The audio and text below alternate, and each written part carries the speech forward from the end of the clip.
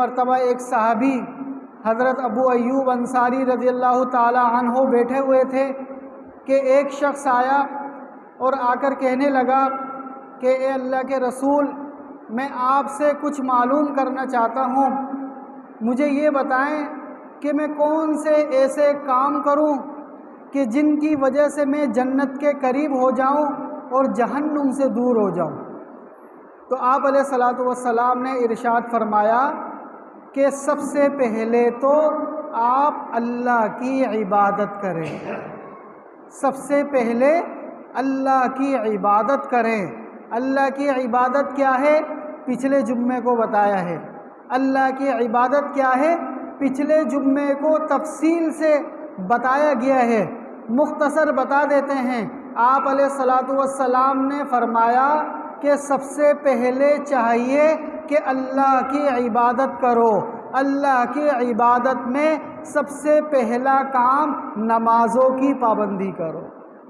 سب سے پہلا کام فرض نمازوں کی پابندی کرو، فرض نمازوں کو قائم کرو، فرض نمازوں کو پابندی سے پڑھا کرو، اور ساتھ میں اللہ کے ساتھ کسی کو شریک نہ کرو۔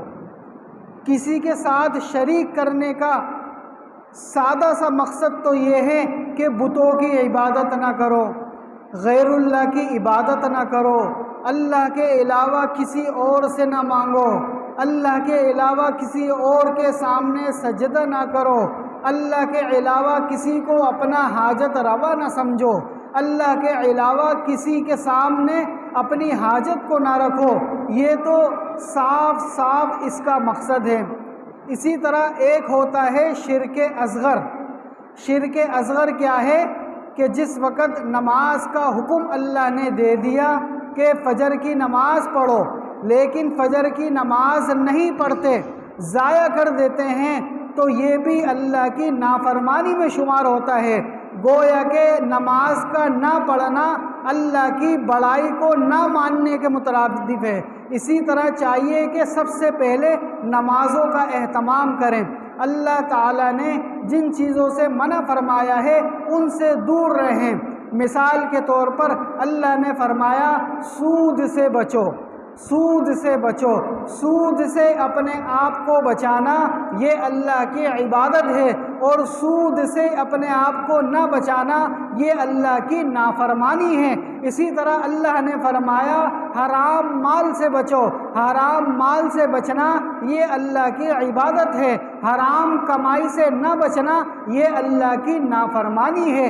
اسی طرح اللہ پاک نے جن چیزوں کے کرنے کا حکم دیا ان چیزوں کو کرنا یہ اللہ کی عبادت ہے، ان چیزوں کو نہ کرنا یہ اللہ کی نافرمانی ہے۔ اسی طرح اللہ تعالیٰ نے جن چیزوں سے بچنے کا حکم دیا ان چیزوں سے بچنا یہ اللہ کی عبادت ہے، اور ان چیزوں سے نہ بچنا یہ اللہ کی نافرمانی ہے۔